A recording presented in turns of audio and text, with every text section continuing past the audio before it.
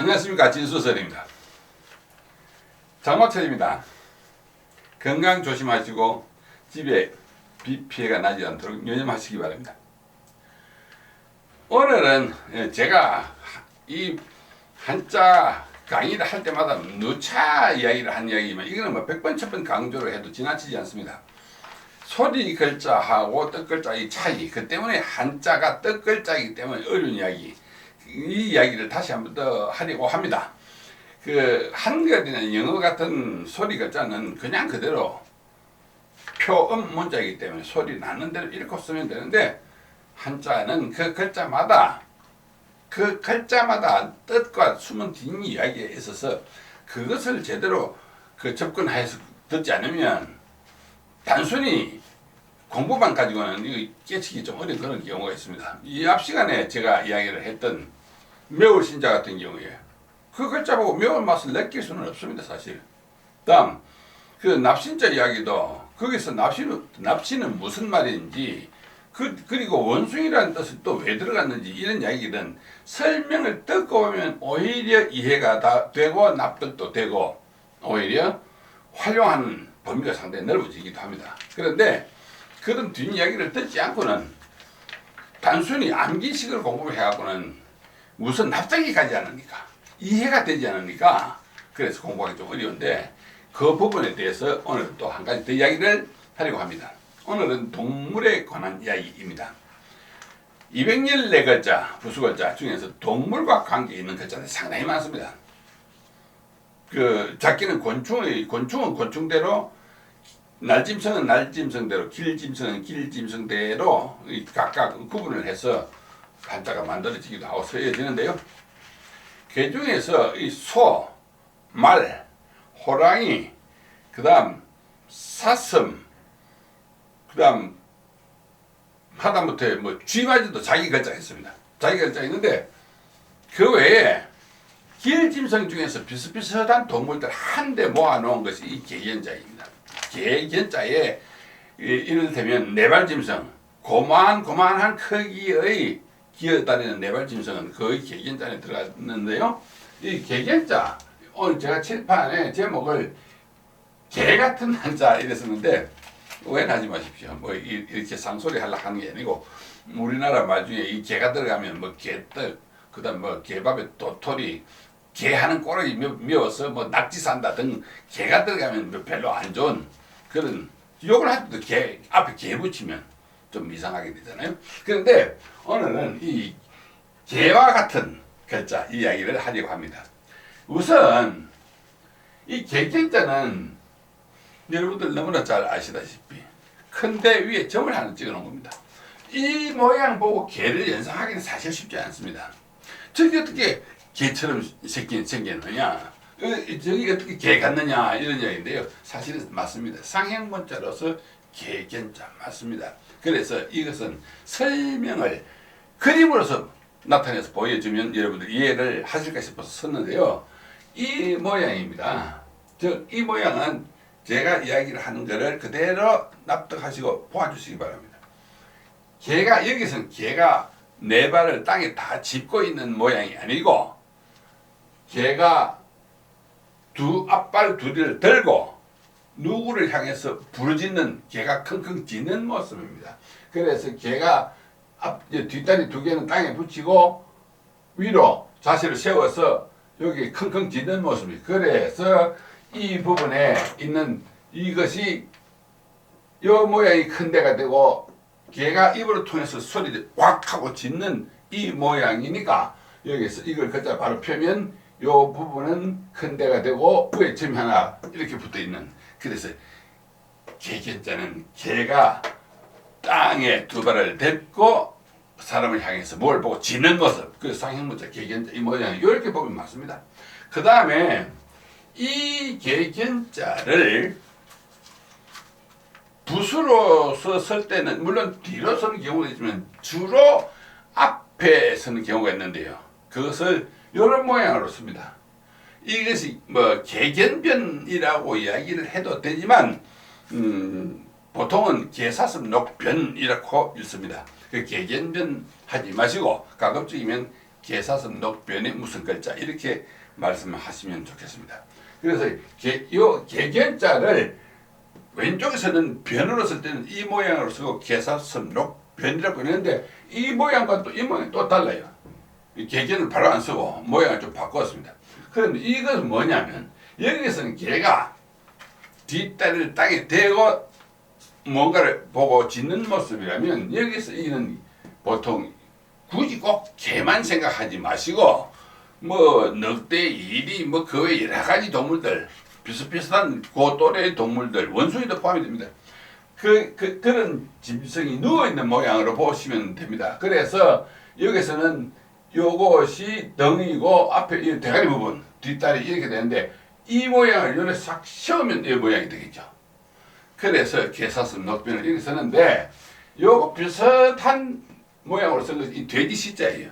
돼지 시자 같은 경우도 사실은 이 모양을 세워서 이렇게 센 것이다. 그래서 여기서는 돼지가 이렇게 누워 있고 돼지 앞 어깨 부분, 대가리 부분, 그 다음에 뒷다리 여기 꼬리가 이렇게 나와 있는 것이 결국은 이렇게 됐다 이런 이야기. 이 그림을 보시면 개사슴 녹변을 이해를 하실 겁니다.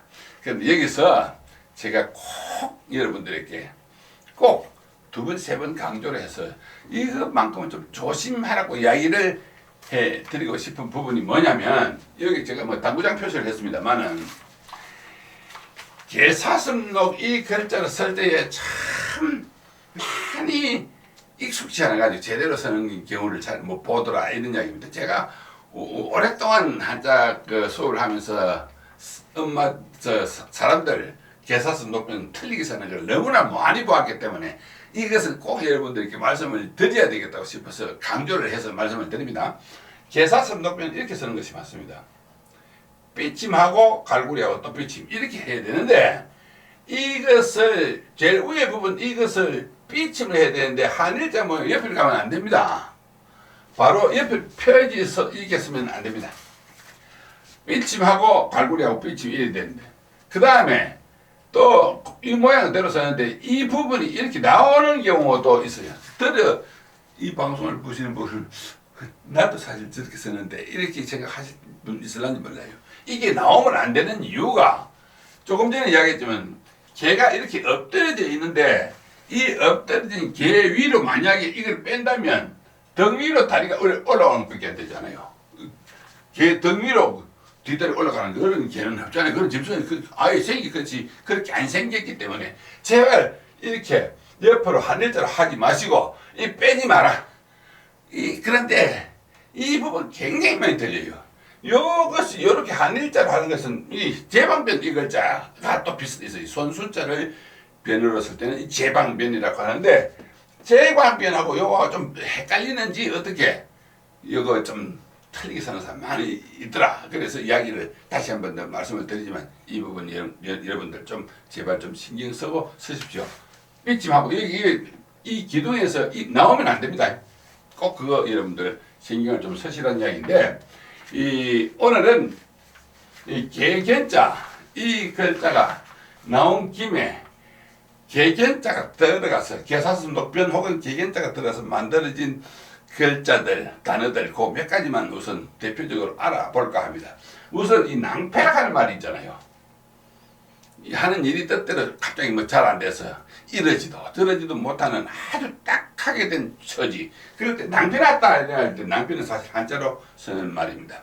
그래서 이 낭이라 하는 이 이리낭자 이리 패자들 이리나 늑대나 개나 다 비슷비슷한 그런 과의 동물들이죠.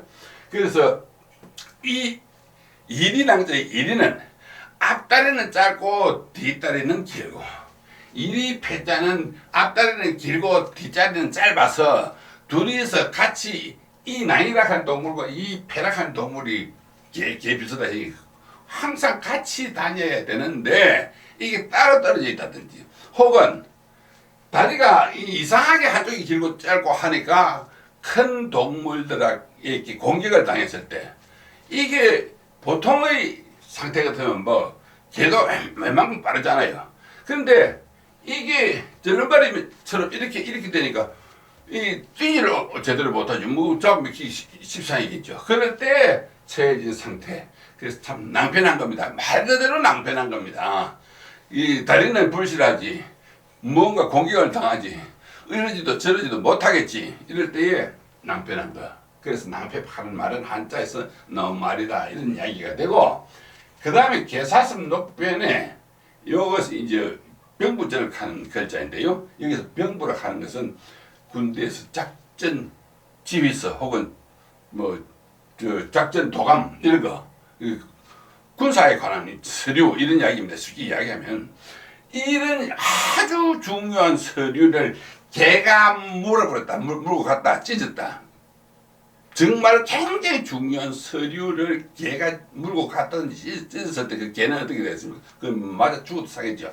그러니까 범인, 범행 이런 이야기 할 때 개가 저지른 아주 큰 실수, 그것도 다른 사람도 아니고 다른 것도 아니고 개가 저질렀으니까 죽어마땅한 거죠. 그래서 범 같은 글자에 이 개사슴 녹변이 붙는 이유가 그렇고, 그 다음에 이 미칠 광자 보시면 이 참 재미있는 글자입니다.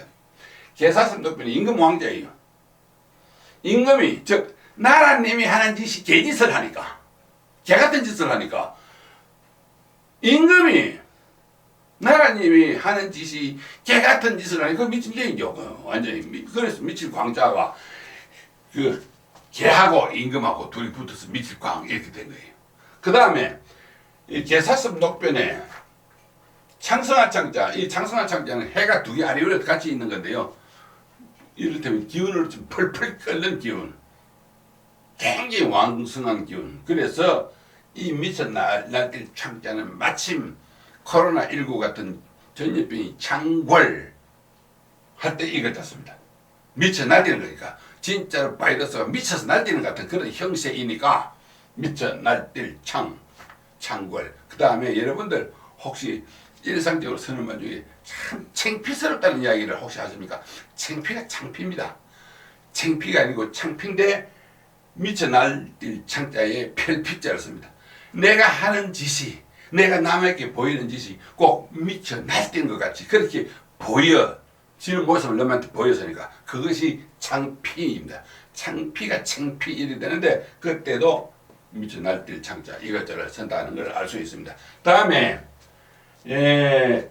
지금 곧 아마 그 삼복이 들어가 있습니다만은 이 삼복더위 혹은 뭐 인사를 할 때 이럴 때에서는 부복이라는 이야기를 할 때 엎드릴 복자인데요. 사람 인별이 개견자. 즉 이것은 말 그대로 사람 앞에 개가 엎드린 모양이니까 엎드릴 복자 같은 경우에 이럴 때는 개견자를 그냥 그 모양으로 오른쪽에 선다는 이야기를 드리고, 그 다음에 이 드릴 헌자, 이 글자는 이 글자가 좀 복잡합니다. 크게 세 가지 글자로 나누어져 있는데요. 위에 있는 부분이 범호음이라서 호랑이입니다. 호랑이를 뜻하는 글자고, 중간에 있는 이 부분의 글자는 이 칠판에 다시 쓰면 이 크게 쓰면 이 모양으로 쓰는데 이게 솥격자예요. 솥. 그래서 개고기 혹은 개와 비슷한 뭐 노루고기든지 사슬고기든지 그 비슷한 크기의 짐승을 솥에 삶아서 호랑이한테 드린다, 이렇게 해석하시면 될 거예요. 그래서 이것은 섬기는 사람에게 어떤 예물로 드리는 것, 그러니까 교회 헌금, 그 다음 어떤 사람에게 헌시, 헌정 이런 이야기 할 때에 이 드릴 헌자는 개견자를 그냥 그대로 쓰는데 이 글자 복잡하니까 남영남자에다가 그냥 개견자를 써서 줄인 글자로 이렇게 쓰기도 합니다. 어쨌거나 다시 이야기했지만 어떤 비슷한 종류의 것을 한데 모아서 그 대표적인 의미를 나타내게 하는 글자가 이 보통 우리는 부수 글자라고 이야기하는데요. 그 중에서 오늘은 동물과 관계 있는, 특히 개와 관계 있는 글자, 이게 여러분들은 이 개념을 알고 공부를 하시면 좋지 않겠나 싶어서 오늘 말씀을 드릴 것입니다. 앞으로 개견자 쓸 때 꼭 한 가지 팁 더 이야기합니다. 개견자 쓸 때 개사슴 녹변이라고 읽는다. 그 다음에 개사슴 녹변 쓸 때는 이 기둥을 빼지 않는다. 이런 거는 그 중에서 굉장히 중요한 부분이니까 꼭 머릿속에 담아두시기 바랍니다. 다음 시간에 또 다른 재미난 이야기를 하도록 하겠습니다. 감사합니다.